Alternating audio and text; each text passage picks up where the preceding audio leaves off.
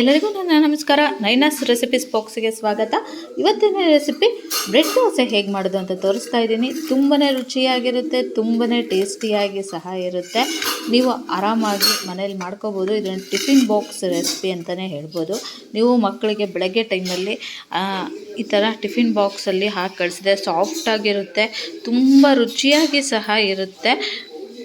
ನಾನು ಸ್ಟಾರ್ಟ್ ಮಾಡೋಕ್ಕಿಂತ ಮುಂಚೆ ನನ್ನ ರೆಸಿಪಿ ನಿಮಗೆ ಇಷ್ಟ ಆದರೆ ಪ್ಲೀಸ್ ಲೈಕ್ ಮಾಡಿ, ಶೇರ್ ಮಾಡಿ, ಹಾಗೆ ಸಬ್ಸ್ಕ್ರೈಬ್ ಮಾಡಿ. ಸಬ್ಸ್ಕ್ರೈಬ್ ಮಾಡೋದ್ರಿಂದ ನಾನು ಹಾಕೋ ಹೊಸ ರೆಸಿಪಿನ ನೀವು ನೋಡ್ಬೋದು. ಬನ್ನಿ ಸ್ಟಾರ್ಟ್. ಬ್ರೆಡ್ ದೋಸೆಗೆ ಏನೇನು ಇಂಗ್ರೀಡಿಯೆಂಟ್ಸ್ ಬೇಕು ಅಂತ ಹೇಳ್ತಾ ಇದ್ದೀನಿ. ಒಂದು ಪಾತ್ರೆ ತೊಗೊಂಡಿದ್ದೀನಿ, ಅದಕ್ಕೆ ಅಕ್ಕಿ ಹಾಕ್ತಾಯಿದ್ದೀನಿ. ಇದು ಸೊಸೈಟಿ ಅಕ್ಕಿ, 2 ಲೋಟ ಅಕ್ಕಿ ತೊಗೊಂಡಿದ್ದೀನಿ. ನೀವು ಯಾವ ಕಪ್ಪಲ್ಲಿ ಅಳತೆ ತೊಗೊಂಡಿರ್ತೀರಲ್ಲ ಅದೇ ಕಪ್ಪಲ್ಲಿ ನೀವು ಅಕ್ಕಿ ತೊಗೋಬೇಕು. ರೇಷನ್ ಅಕ್ಕಿ ತೊಗೊಂಡಿದ್ದೀನಿ. ಈ ರೇಷನ್ ಅಕ್ಕಿನ ನೀಟಾಗಿ ತೊಳ್ಕೊಂಬರ್ಬೇಕು. ಈಗ 2 ಕಪ್ನಷ್ಟು ಮಜ್ಜಿಗೆ ತೊಗೊಂಡಿದ್ದೀನಿ. ಅಕ್ಕಿನ ನೀಟಾಗಿ ಒಂದು 5-6 ಸಲ ತೊಳೆದ್ಬಿಟ್ಟು ತೊಗೊಂಬಂದಿದ್ದೀನಿ. ಈ ಥರ ಧೂಳಿರುತ್ತೆ, ಚೆನ್ನಾಗಿ ತೊಳ್ಕೊಬೇಕು. ಇದಕ್ಕೆ ಇವಾಗ ಮಜ್ಜಿಗೆ ಹಾಕ್ತಾಯಿದ್ದೀನಿ. ಇದು ಸಪ್ಪೆ ಮಜ್ಜಿಗೆ, ಹುಳೆ ಮಜ್ಜಿಗೆ ಅಲ್ಲ.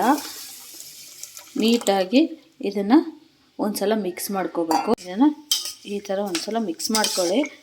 ಮಿಕ್ಸ್ ಮಾಡಿಕೊಂಡು ಇದು ಅಕ್ಕಿ ಮುಳುಗುವಷ್ಟು ಇರಬೇಕು ಇದು, ಯಾಕಂದರೆ ನೆನೆಯುತ್ತಲ್ಲ, ನೀರು ಹಿಡಿಯುತ್ತೆ. ಇದು ಡೈಲಿ ಈ ಥರ ಮಜ್ಜಿಗೆನ ಮಾಡಿಬಿಟ್ಟು ಈ ಮಜ್ಜಿಗೆನ ತೆಗೆದು ಮತ್ತು ಬೇರೆ ಮಜ್ಜಿಗೆನ ಹಾಕಬೇಕು. ಇಲ್ಲ ನೀವು ಹಾಗೆ ಬಿಟ್ಬಿಟ್ರಿ ಅಂತಂದರೆ ವಾಸನೆ ಬರುತ್ತೆ. ಇವಾಗ ಇದನ್ನು ಒಂದು ತಟ್ಟೆ ಮುಚ್ಚಿ ನೆನೆಯಕ್ಕೆ ಬಿಡೋಣ. ಇದು 3 ದಿನ ನೆನಿಬೇಕು. 3ನೇ ದಿನ ಇದನ್ನು ರುಬ್ಬಬೇಕು. ನೋಡಿ, ಇವಾಗ 1 ದಿನ ಆಗಿದೆ ನಾನು ನೆನೆಸಿ ತೆಗೆದು ನೋಡೋಣ. ನೋಡಿ ಇಷ್ಟು ಚೆನ್ನಾಗಿ ನೆಂದಿದೆ ಅಂದ್ಬಿಟ್ಟು ಇದನ್ನು ಮಜ್ಜಿಗೆನ ಬಸಿದು ಚೆಲ್ಲಿಬಿಟ್ಟು ನೀರು ಹಾಕಿ ತೊಳೆದು ಮತ್ತೆ ಮಜ್ಜಿಗೆ ಹಾಕಿ ಇಡಬೇಕು. ಇವಾಗ ಇದನ್ನು ಬಸಿದ್ಬಿಟ್ಟು ನೀರು ಹಾಕಿ ತೊಳ್ಕೊಂಬರ್ತೀನಿ. ನೋಡಿ, ಇವಾಗ ಇದನ್ನು ನೀರು ಹಾಕಿ ತೊಳ್ಕೊಂಬಂದಿದ್ದೀನಿ. ಮಜ್ಜಿಗೆ ಎಲ್ಲ ಬಸಿದ್ಬಿಟ್ಟು 2 ಸಲ ನೀರು ಹಾಕಿ, ಚೆನ್ನಾಗಿರೋ ನೀರು ಹಾಕಿ ತೊಳ್ಕೊಂಡು ಬರಬೇಕು. ನೀವು ಹಾಗೆ ಬಿಟ್ಬಿಟ್ರೆ ವಾಸನೆ ಆಗಿಬಿಡುತ್ತೆ. ಮಜ್ಜಿಗೆ ಹಾಕಿರೋದ್ರಿಂದ ವಾಸನೆ ಬಂದುಬಿಡುತ್ತೆ, ಹಳಸಿ ಸ್ಮೆಲ್ಲು. ಹಾಗಾಗಿ ನೀವು ಚೆನ್ನಾಗಿ ತೊಳಿಬೇಕು. ಇವಾಗ ಇದಕ್ಕೆ ಮಾಡಿಟ್ಟಿರುವಂತಹ ಮಜ್ಜಿಗೆನ ಹಾಕ್ತಾಯಿದ್ದೀನಿ. ಇದು ಫ್ರೆಶ್ ಮೊಸರು ತೊಗೊಂಡ್ಬಿಟ್ಟು ಮಜ್ಜಿಗೆ ಕಡಿದು ಹಾಕಬೇಕು. ನೀವು ಹುಳಿ ಮೊಸರು ಹಾಕ್ಬಿಟ್ರೆ ಚೆನ್ನಾಗಾಗಲ್ಲ, ವಾಸನೆ ಹುಳಿ ಆಗಿಬಿಡುತ್ತೆ, ವಾಸನೆ ಬರುತ್ತೆ. ನೋಡಿ, ಈ ಥರ ಹಾಕಿಂದೆ ಒಂದು ಸಲ ನೀಟಾಗಿ ಮಿಕ್ಸ್ ಮಾಡ್ಕೋಬೇಕು. ಮಜ್ಜಿಗೆ ಹಾಕಿಂದೆ ಇದನ್ನು ಒಂದು ತಟ್ಟೆ ಮುಚ್ಚಿಬಿಟ್ಟು ನೆನೆಯಕ್ಕೆ ಬಿಡೋಣ. ನೋಡಿ, ಇದು ಇವಾಗ 3ನೇ ದಿನ. ನೋಡಿ, ಈ ಥರ ನೆಂದಿದೆ. ಇದನ್ನು ಮತ್ತೆ ಚೆಲ್ಬಿಟ್ಟು ಮತ್ತೆ ತೊಳೆದು ನೀರಾಕಿ ತೊಳೆದು ಮತ್ತೆ ಮಜ್ಜಿಗೆ ಹಾಕಿ ಇಡಬೇಕು. ನೈಟಲ್ಲಿ ರುಬ್ಬಬೇಕು. ಇವಾಗ ಇದನ್ನು ತೊಳೆದ್ಬಿಟ್ಟು ತೊಗೊಂಬರ್ತೀವಿ. ನೋಡಿ, ಇವಾಗ ನೀರು ಹಾಕಿ ಮಜ್ಜಿಗೆ ಬಸಿಟ್ಟು ನೀರು ಹಾಕಿ ತೊಳ್ಕೊಂಬಂದಿದ್ದೀನಿ. ಒಂದು 2 ಸಲ ತೊಳಿಬೇಕು. ತೊಳೆದಾದ್ಮೇಲೆ ಮಾಡಿಟ್ಟಿರುವಂತಹ ಮಜ್ಜಿಗೆನ ಹಾಕ್ತಾಯಿದ್ದೀನಿ. ಹಾಕಿ ಒಂದು ಸಲ ಮಿಕ್ಸ್ ಮಾಡ್ಕೋಬೇಕು ನೀಟಾಗಿ. ಇದು ಸಾಯಂಕಾಲ ರುಬ್ಬಬೇಕು. ಇವತ್ತು ನಾನು 3ನೇ ದಿನ ಸಾಯಂಕಾಲ ರುಬ್ಬಬೇಕು. ಈ ಥರ ಒಂದು ಸಲ ಮಿಕ್ಸ್ ಮಾಡಿ ನೀಟಾಗಿ ಪ್ಲೇಟ್ ಮುಚ್ಚಿ ಇಡಬೇಕು. ಬೌಲ್ ತೊಗೊಂಡಿದ್ದೀನಿ, ಅದಕ್ಕೆ ಮೆಂತ್ಯಕಾಳು ನೆನೆ ಹಾಕ್ತಾಯಿದ್ದೀನಿ. 3 ಸ್ಪೂನು ಮೆಂತ್ಯಕಾಳು ಹಾಕಿ ನೀರು ಹಾಕಿ ನೆನೆಸ್ಬೇಕು. ಇದು ನೀವು ಸಾಯಂಕಾಲ ರುಬ್ಬಬೇಕು ಅಂದರೆ ಬೆಳಗ್ಗೆನೇ ನೆನೆ ಇಡಬೇಕು. ಇಲ್ಲಾಂದರೆ ಅದು ನೆನೆಯೋಕ್ಕೆ ಟೈಮ್ ತೊಗೊಳುತ್ತಲ್ಲ, ಅದಕ್ಕೆ ಬೆಳಗ್ಗೆನೇ ಒಂದು ಪಾತ್ರೆ ತಗೊಂಡಿದ್ದೀನಿ. ಇದಕ್ಕೆ 1 ಲೋಟದಷ್ಟು ಮಂಡಕ್ಕಿ ತೊಗೊಂಡಿದ್ದೀನಿ. ನೀವು ಯಾವ ಕಪ್ಪಲ್ಲಿ ತೊಗೊಂಡಿರ್ತೀರ 2 ಲೋಟ ಅಕ್ಕಿಗೆ 1 ಲೋಟ ಮಂಡಕ್ಕಿ ಹಾಕಬೇಕು. ಇದನ್ನು ನೀರಲ್ಲಿ ನೆನೆಸ್ಬೇಕು, ಮೆತ್ತಗಾಗುತ್ತೆ. 1 ಬೌಲು ಮೊಸರು ತೊಗೊಂಡಿದ್ದೀನಿ. ಇದು ರುಬ್ಬೋದಕ್ಕೆ ಮಜ್ಜಿಗೆ ಮಾಡ್ಕೋಬೇಕು. ಇದನ್ನು ನೋಡಿ, ಇದು ಇವಾಗ ನೆಂದಿದೆ. 3 ದಿನ ನಾನು ಇದನ್ನು ನೆನೆಸಿಟ್ಟಿದ್ದೆ ಮಜ್ಜಿಗೆಯಲ್ಲಿ. ಇವಾಗ ಇದನ್ನು ಚೆಲ್ಲಿ ನೀರು ಹಾಕಿ ತೊಳಿಬೇಕು. ಮಾಡಿದ್ನಲ್ಲ ಅದೇ ಇದಕ್ಕೆ ನಾನು ಅಕ್ಕಿ ತೊಳೆದ್ಬಿಟ್ಟು ನೀರೆಲ್ಲ ಬಸಿದು ತೊಗೊಂಬಂದಿದ್ದೀನಿ. ನೀರು ಹಾಕಿ ತೊಳಿಬೇಕು. ಇದಕ್ಕೆ ಅಕ್ಕಿ ಹಾಕ್ತಾಯಿದ್ದೀನಿ ಜಾರಿಗೆ. ಇದಕ್ಕೆ ಮೆಂತ್ಯಕಾಳು ಹಾಕ್ತಿದ್ದೀನಿ. ಇದು ಚೆನ್ನಾಗಿ ನೆಂದಿದೆ. ಮೆಂತ್ಯಕಾಳು ಹಾಕಿ ರುಬ್ಕೊತಾ ಇದ್ದೀನಿ ಮಜ್ಜಿಗೆ ಹಾಕ್ಬಿಟ್ಟು. ಇನ್ನೊಂದು ಟ್ರಿಪ್ಪಿಗೆ ನಾವು ಮಂಡಕ್ಕಿ ಹಾಕಿ ಉಳಿದಿರುವಂತಹ ಮೆಂತೆಕಾಳು ಹಾಕಿ ರುಬ್ಕೊಳ್ಳೋಣ. ಇದು ನೈಸಾಗಿರಬೇಕು, ನೈಸಾಗಿ ರುಬ್ಕೊಂಬರ್ ನೋಡಿ. ಇದು ಇಷ್ಟು ನೈಸಾಗಿ ಹಾಕಬೇಕು. ಇದನ್ನು ಒಂದು ಪಾತ್ರೆಗೆ ಹಾಕ್ತಾಯಿದ್ದೀನಿ. ಅವಾಗ ಇದೇ ಮಿಕ್ಸಿ ಜಾರಿಗೆ ಮತ್ತೆ ಅಕ್ಕಿ ಹಾಕ್ತಾಯಿದ್ದೀನಿ. ಮಿಕ್ಸಿ ಜಾರಿಗೆ ಉಳಿದಿರುವಂತಹ ಮೆಂತೆಕಾಳು, ಮಂಡಕ್ಕಿ ಇವಾಗ ನೆಂದಿರುವಂತಹ ಮಂಡಕ್ಕಿ, ಮಜ್ಜಿಗೆ ಹಾಕಿ ಇದು ಸಹ ನೈಸಾಗಿ ರುಬ್ಕೊಂಬರ್ಬೇಕು. ಇದನ್ನು ಇವಾಗ ನೈಸಾಗಿ ರುಬ್ಕೊಂಬರ್ತೀನಿ ನೋಡಿ. ಇದು ಇವಾಗ ರುಬ್ಕೊಂಬಂದಿದ್ದೀನಿ. ಇಷ್ಟು ನೈಸಾಗಿರಬೇಕು, ಇಷ್ಟು ಗಟ್ಟಿಯಾಗಿರಬೇಕು. ಇದನ್ನು ಒಂದು ಪಾತ್ರೆಗೆ ತೆಗಿತಾ ಇದ್ದೀನಿ. ಇವಾಗ ಇದಕ್ಕೆ ಉಪ್ಪು ಹಾಕ್ತಾಯಿದ್ದೀನಿ. ಉಪ್ಪು ಹಾಕಿ ಚೆನ್ನಾಗಿ ಕೈ ಆಡಬೇಕು. ಇದನ್ನು 8 ರಿಂದ 9 ಗಂಟೆಗಳ ಕಾಲ ನೆನೆಸಬೇಕು ನೋಡಿ. ಇದು ಇವಾಗ ಈ ಹದಕ್ಕೆ ಇರಬೇಕು. ಇದು ನೆಂದಾದ್ಮೇಲೆ ಗಟ್ಟಿ ಆಗುತ್ತೆ. ಇದು 8 ರಿಂದ 9 ಗಂಟೆಗಳ ಕಾಲ ನೆನೆಬೇಕು. ಇದನ್ನ ಇವಾಗ ನೆನೆಸೋಣ.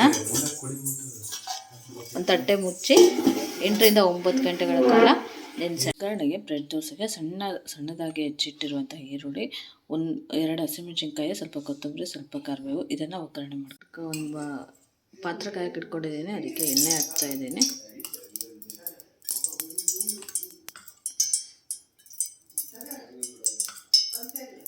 ಒಂದು 4 ಟೇಬಲ್ ಸ್ಪೂನ್ ಎಣ್ಣೆ, ಸಾಸಿವೆ, ಜೀರಿಗೆ, ಇದು ಸಿಡಿದ ಮೇಲೆ ಹಸಿಮೆಣಸಿನ್ಕಾಯಿ, ಇದು ಸ್ವಲ್ಪ ಫ್ರೈ ಆಗಬೇಕು.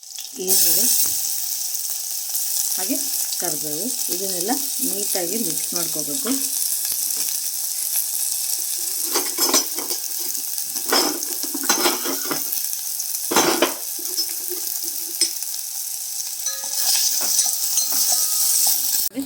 ಇದು ಇವಾಗ ಇಷ್ಟು ಬೇಯಬೇಕು.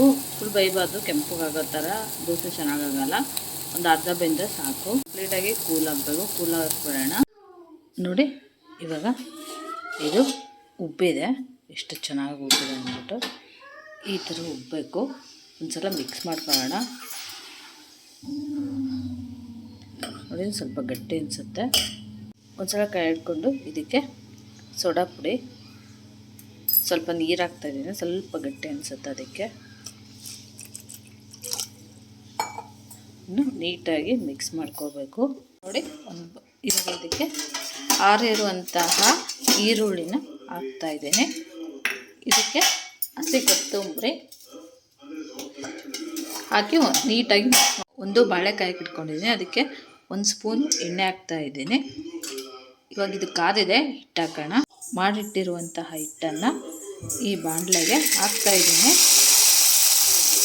ಹಾಕಿ ಇದನ್ನು ಲಿಡ್ ಕ್ಲೋಸ್ ಮಾಡಿ ಬೇಯಿಸ್ಕೋಬೇಕು. ಒಂದು 5 ರಿಂದ 6 ನಿಮಿಷ ಬೇಯಿಸ್ಬೇಕು. ಇದು ಸಣ್ಣ ಉರಿಯಲ್ಲೇ ಬೇಯಿಸ್ಬೇಕು. ಇದು ಇವಾಗ ಬೆಂದಿದೆ ನೋಡೋಣ. ಬೆಂದಿದೆ. ಇದನ್ನು ತಿರುವಿ ಹಾಕಬೇಕು. ಇವಾಗ ಇದನ್ನು ತಿರುವಿ ಹಾಕೋಣ.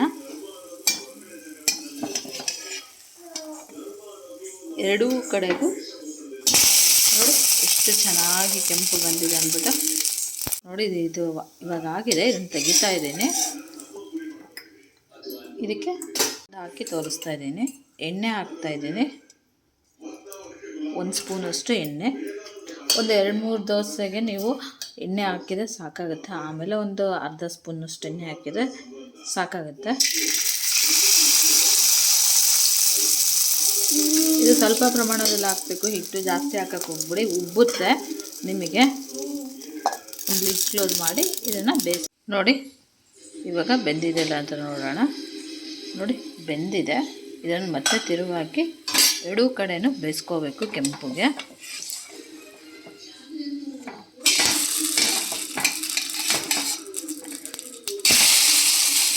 ನೋಡಿ ಕೆಂಪುಗೆ ಎಷ್ಟು ಚೆನ್ನಾಗಾಗಿದೆ ನೋಡಿ. ಇದು ಇವಾಗ ಆಗಿದೆ, ತೆಗಿತಾ ಇದ್ದೀನಿ. ಎಷ್ಟು ಚೆನ್ನಾಗಿ ಕೆಂಪಗಾಗಿದೆ ನೋಡಿ. ಹೀಗೆ ಎಲ್ಲ ನಿಮಗೆ ದೋಸೆಗಳನ್ನು ನೋಡಿ. ಬ್ರೆಡ್ ದೋಸೆ ರೆಡಿಯಾಗಿದೆ. ಎಷ್ಟು ಚೆನ್ನಾಗಿ ಕಾಣಿಸ್ತಾ ಇದೆ ಅಂದ್ಬಿಟ್ಟು. ತುಂಬ ರುಚಿಯಾಗಿರುತ್ತೆ. ನಾನು ಕೊಬ್ಬರಿ ಚಟ್ನಿ ಹಾಗೆ ಕೆಂಪು ಚಟ್ನಿಯೊಂದಿಗೆ ಸರ್ವ್ ಮಾಡ್ತಾ ಇದ್ದೀನಿ. ತುಂಬ ಟೇಸ್ಟಿಯಾಗಿರುತ್ತೆ.